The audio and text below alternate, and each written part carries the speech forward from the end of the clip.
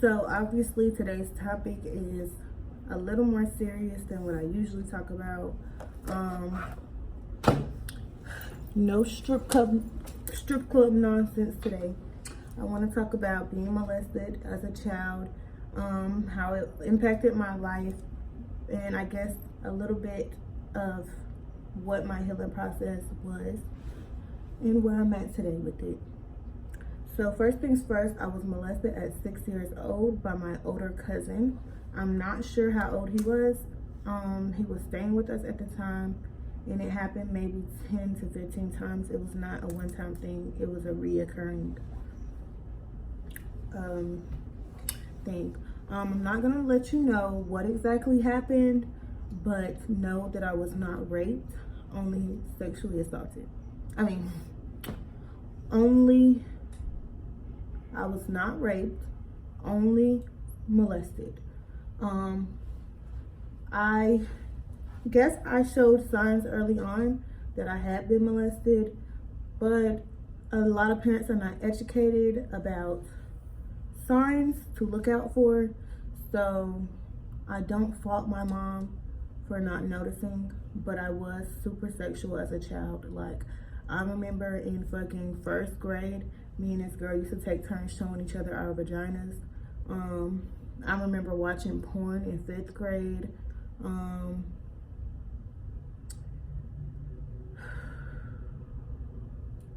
I was doing quite a bit. Like, I used to make my dolls have sex.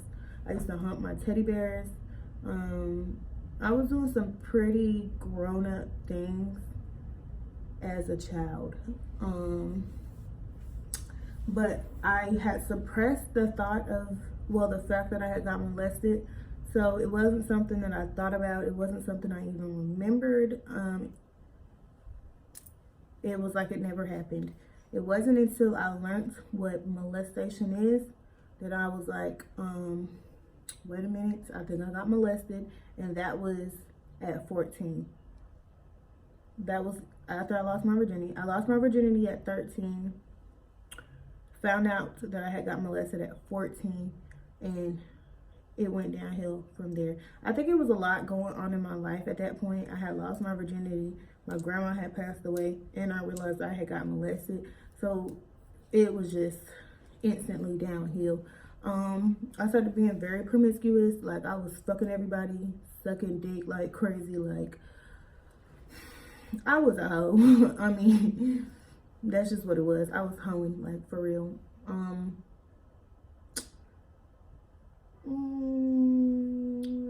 I told my mom at 14. When I realized what happened to me, I told my mom. It wasn't the reaction I would have wanted her to have. I would have wanted her to be like, do you want to call the police? Do you want to look up the statute of limitations? Is that the damn word? Is that the whatever? She was just like, are you serious? I'm like, yeah. And she was like, when? And I told her, and that was the end of the conversation, and we really never talked about it again. So I just felt like, as a child, I would have wished that she would have been a little more knowledgeable to help me deal with what I was working through, because in the end I ended up having to deal with things on my own. So yeah, I was very angry. I was trying to fight the whole world. I was very mean and hateful to my family, and to everybody else. I didn't really have close relationships. I didn't claim nobody as my friend. I hated everybody on the planet.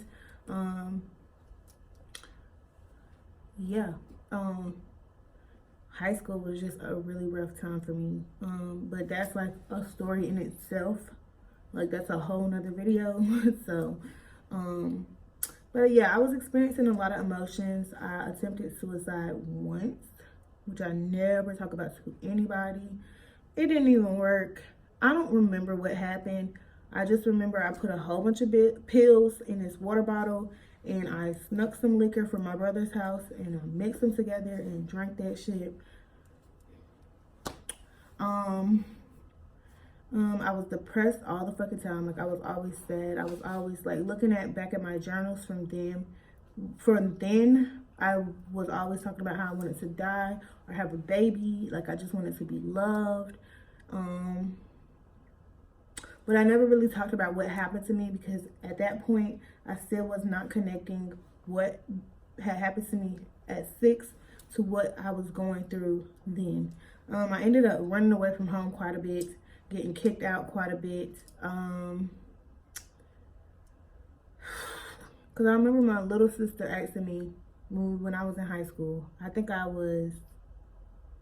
don't know, but I was running away in the middle of the fucking night, and my sisters were walking with me. And I remember my sister saying, "So you mean to tell me if he would have never did that to you when you was 6, you wouldn't be like this now?" And I remember we was all crying together. All 3 of us just crying. So yeah, I was pretty angry, just fucked up. My mama ended up putting me in therapy. I went to 3 different therapists. I don't remember, like, one of them was like a super old lady. One of them was maybe like a middle-aged lady, like 35 to 40. And then the other one she was pretty young. She had to be like mid to late 20s to mid 30s. So I'm gonna say she was 25 to 35. Black don't crack, so I can't tell you the age. She was black. She just looked hella young, but the only one that I remember impacting me at all was the young one.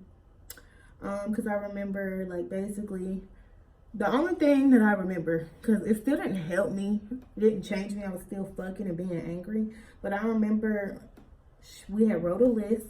She wrote my cousin's name on one side, and she wrote all the niggas I had fucked with on the other side. And basically, it was like the visualization of what was happening in my life. And she was basically like, this does not have to lead to this. Just because he violated you, don't mean you have to let these other people violate you. And even though I was being a hoe, like I was doing hoe shit, it's like I didn't want to do the whole shit, but I couldn't stop myself at the same time. Like, I did not want to fuck half them people. I did not want to do half the shit I was doing. I remember I used to be sucking dick or fucking, and I used to be in my head praying, like, God, please let this be over. Please let this end. I don't like this. I remember fucking this one nigga, and I remember thinking in my head, this must be how rape feels. And I can never get that thought out of my head. Like, to this day, I could vividly remember exactly what was happening, and I couldn't remember exactly how I felt. Just disgusted. I had this thing where even though I had been molested, I had been violated in that way, I had this fear that I was going to be raped. So I used to agree to have sex with people because I was so scared of being raped. Look, it's like I just could not say no. I just said yes to everybody. And that was another thing my therapist, the young one, had ended up like trying to let me know. Like, you have the right to say no. You don't have to keep saying yes. If you want to say no, you can say no. So I think my senior year is when I really got it together. Well, not got it together, started moving towards healing. The first step in my healing process was telling people what happened to me. Second step was Buddha. Like, I don't even think this man knows how much of an impact he has had on my life, how much his presence in my life meant to me or impacted me or changed me. When we got together, I was obviously still really fucked up. I was only 16, but it was his unconditional love, him loving me and forgiving me and believing in me no matter what, that made me like, damn, I need to get my shit together. Like, because I'm like, if this man can love me this much, maybe I should love myself that much as well. It was like the realization He was the physical representation of the fact that I deserved love. And I will forever be grateful to him for loving me unconditionally, even still to this day. So yeah, after that, after Buddha and his unconditional love, 17, I was really getting my shit together. Not being a hoe anymore. I was still angry, obviously, still trying to fight everybody. That ain't changed. I just didn't want to be a hoe no more. And then at 18, a man ended up trying to sexually assault me, and that like triggered another downhill. I remember trying to take a whole bunch of pills at 18 as well. I remember like this nigga, I was so depressed. And I remember this nigga had told me he had some liquor and we could smoke and all this other shit. So I went, we was smoking, we drank, and I'm like, I don't feel fucked up enough. So this nigga went to get another bottle, and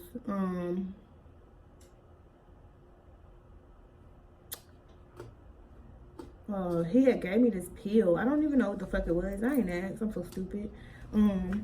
He gave me the fucking pill, and when he went in to get the other bottle, I just fucking poured a handful in and just like took all them shits. And I remember coming back to my dorm room super fucked up. But again, that's another story in itself. Like, damn, I got so many story times I could do. Never run out of ideas. Nah, I've been through some shit for real though. So yeah, I came back fucked up. I was super fucked up. Like, my roommates was scared as hell. I was scared as hell. I just knew I was gonna die that night. It was still a cycle of me being used by people, taken advantage of by people, and not just men, women as well. And I'm not just meaning sexually, emotionally, mentally. I was just a very vulnerable person, and I guess a lot of people could see that and feed off of that, so they took advantage of it.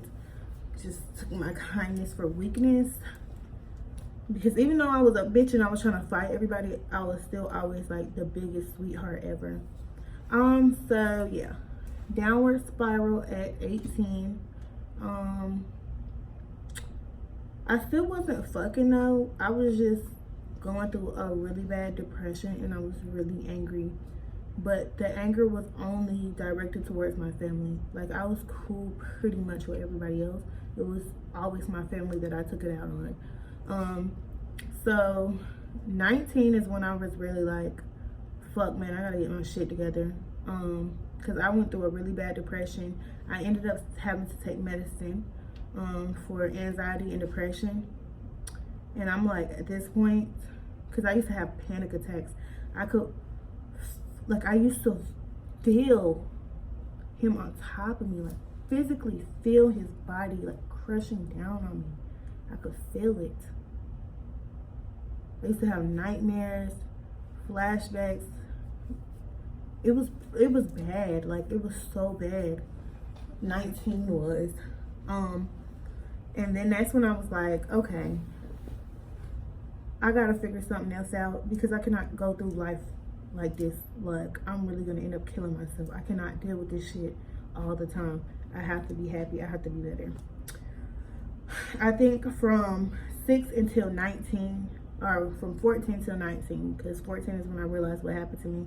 I had this thing where I was holding this grudge, and I was holding on to this baggage, because I'm like, I cannot let it go until he apologizes. I need him to acknowledge what he did to me, because I was scared to tell half the world what the fuck happened to me, because I knew he could just deny it at this point, because I'm already grown as hell. So I wanted him to acknowledge what he had did to me, acknowledge the effect that it had on my life, and I wanted him to say sorry to me. So I was just holding on for that. I'm not finna be better. I'm not finna stop being mad. Like, I'm just gonna be this fucked up me until he says sorry, and then I'll forgive him, and I'll forgive myself, and then I'll be better. But by 19, I'm like, that's not how it's gonna work. He was over there living his life. He was having kids. He was fucking bitches. He had moved out of the city. Like, this nigga was doing fine. And I'm like, why does he get to live and be happy and forget what the fuck happened and I can't? So that's when I was like, fuck it. It's time to get on with the happiness. So I gave myself a month. For that month, I let myself be depressed because for a long time, 14 through 19, I didn't really deal with my emotions. I would bottle shit up and then they would spill out like a volcano, like just no emotions to, bitch, I'm trying to blow up the world. Like, and that's why so many people thought I was fucking crazy. Because the only time I showed emotion, it was extreme emotion. Like, by the time I actually got to anger, like real anger, bitch, I was ready to murder somebody. Like, when I was at sadness, it wasn't just that made me sad, bitch. I'm bawling out, fucking having panic attacks because I was bottling shit up too much for so long. So I gave myself that month to live in every emotion that I was feeling. I let myself be sad and hurt, and I let myself be a victim. And when that month ended, I wrote all the things I wrote a letter to him first, and that's what I just read. Then I wrote what I wanted, and I wrote what I was not gonna allow anymore. And the first thing on that list was to be used or taken advantage of. So I took back no. I told people no. I didn't do things that I didn't want to do. I didn't feel the need to be a people pleaser. And I didn't feel the need to bottle up my emotions. I allowed myself to continue to feel everything in the moment they happen. Sadness, anger, joy, peace, happiness. I let myself feel things. So at this point, that was 19 to 20, because this was like the summer of me being 19. 20, I came back to school, and I was better. I was healing, but I was not healed. My cousin ended up passing away, the one that molested me, and that brought a lot of old emotions as well as new ones, and that spiraled. Well, that caused another downhill spiral, because at that point I was feeling sadness, like true genuine sadness towards him. Like, at that point I was ashamed of everything I had wrote him.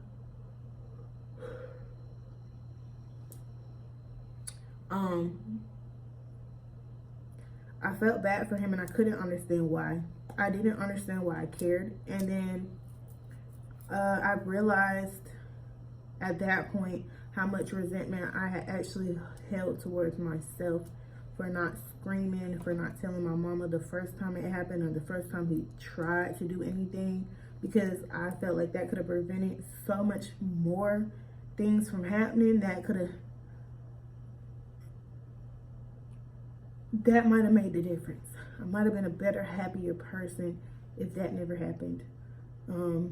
I realized that I really did hold a lot of resentment and anger towards my family.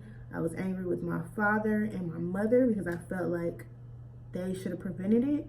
And if they didn't know to prevent it, I felt like they should have been educated in the signs to look for to know it had happened. Because if you Google signs of a child being molested, I literally had all those signs.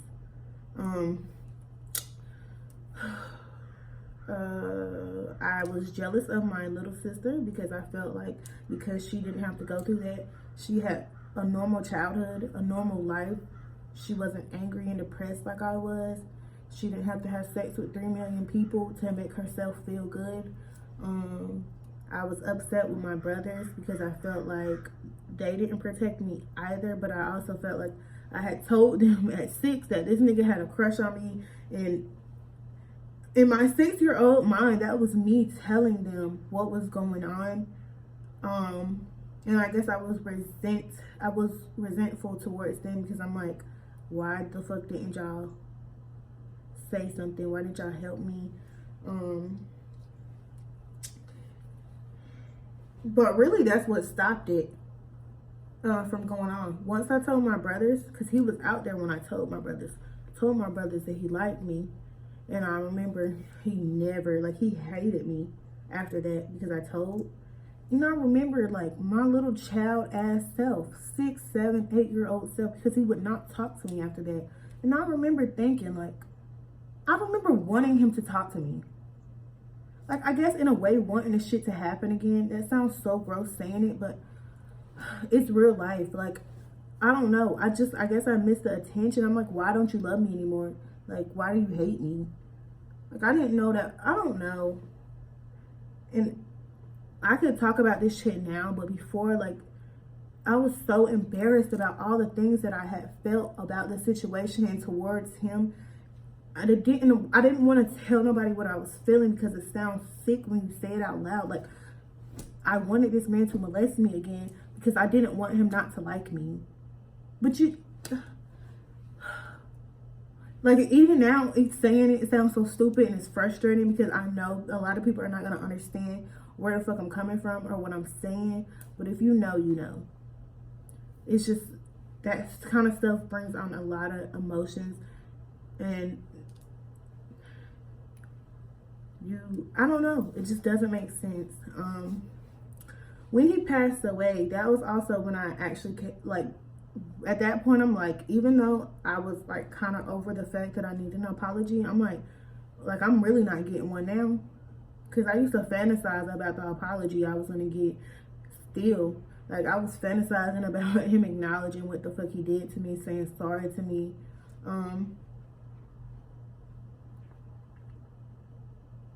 So, I'm like, damn. This nigga can never fucking apologize for what he did now. Also, I feel bad that he's fucking dead.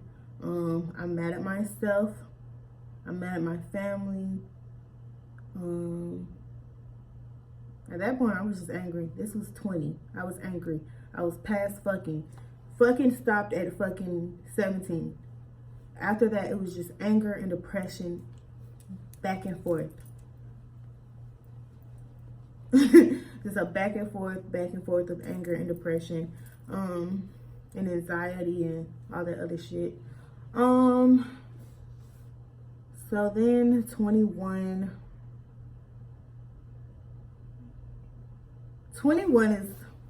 that was peace. 21 is when I realized that it was going to start with self-love. I was not getting the results of happiness that I wanted because I was not loving myself. I was not at the point where I wanted to love myself. I was still so fucked up about things. So it started with forgiving myself, telling myself every day, writing in all my journals, writing on my mirror, writing in my notes in class, writing letters to myself, telling myself I was amazing and I was worthy of love and I was beautiful and talented and smart and that I could forgive myself and that I could forgive him. And I could forgive my family, and I just wrote those things over and over again. I meditated, I prayed, I cried out to God a million times for him to help me get to that point where I could forgive myself. And it was a lot of digging, it was a lot of crying and being angry and being confused about the shit I was feeling, because at that point I felt like I was losing me. The whole time I didn't realize that was not me to begin with. That angry, fucked up person was not me.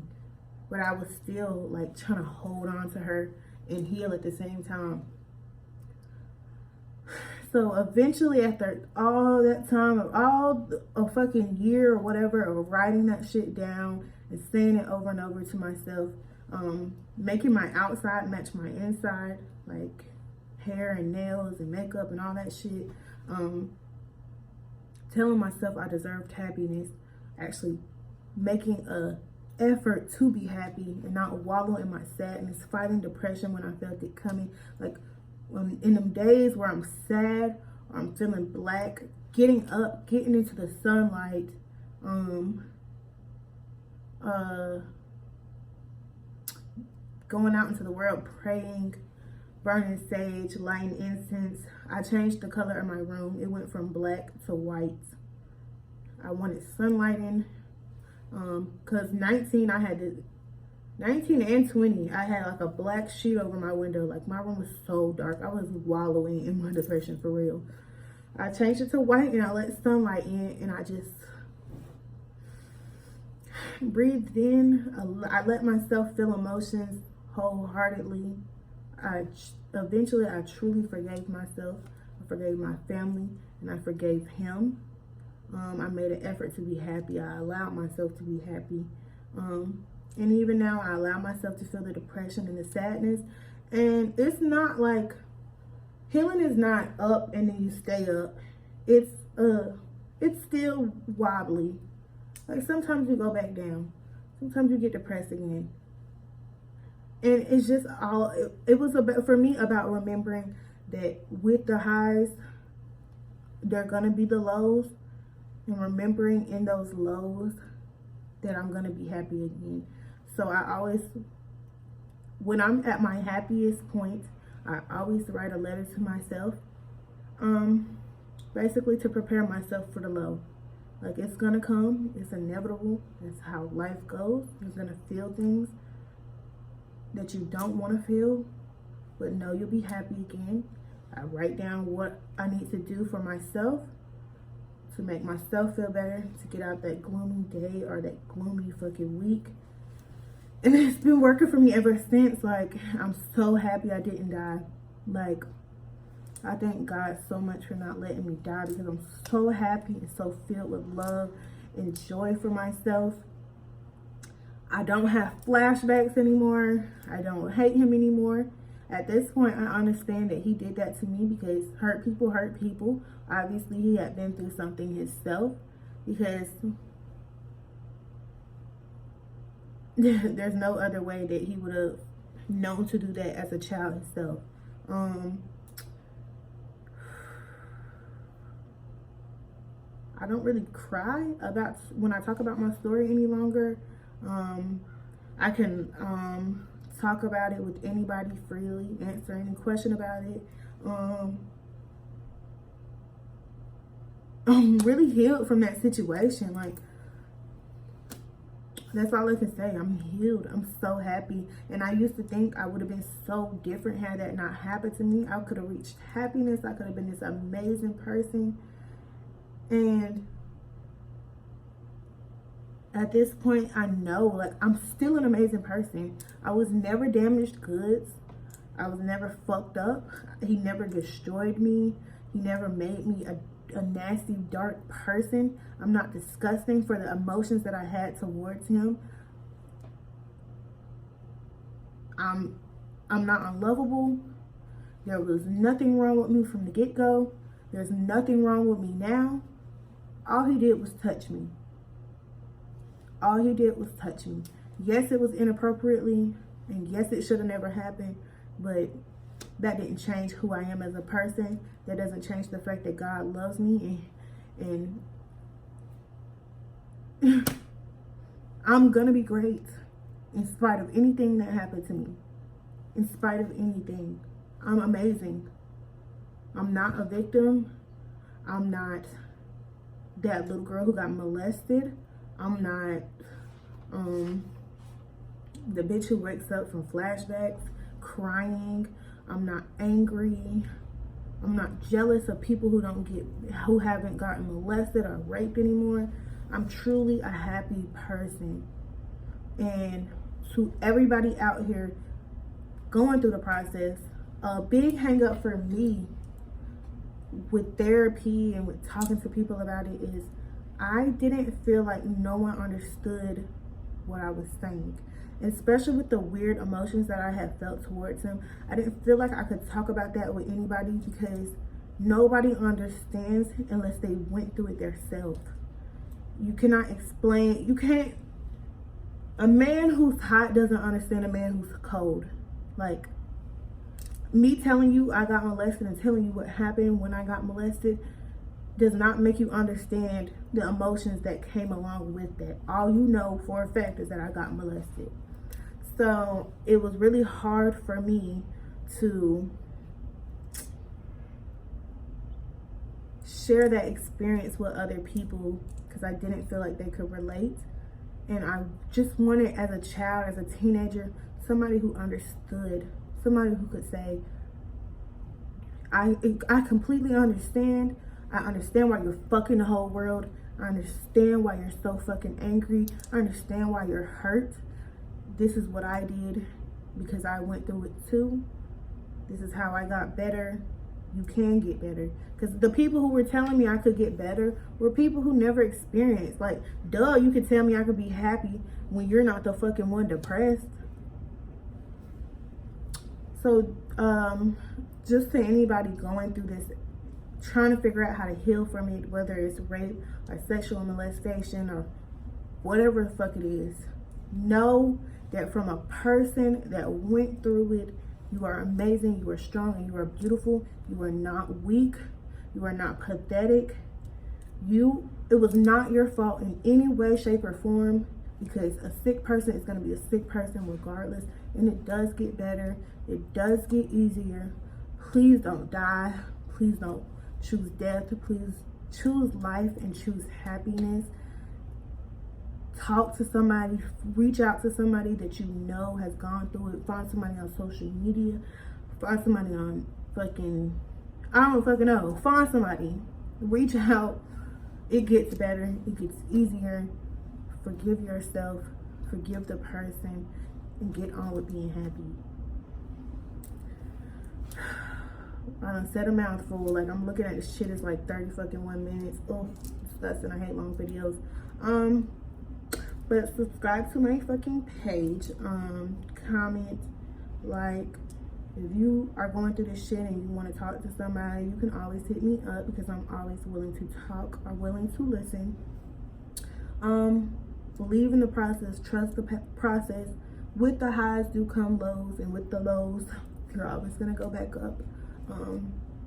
So yeah, always walk like you're the baddest bitch in the room and love yourself unconditionally.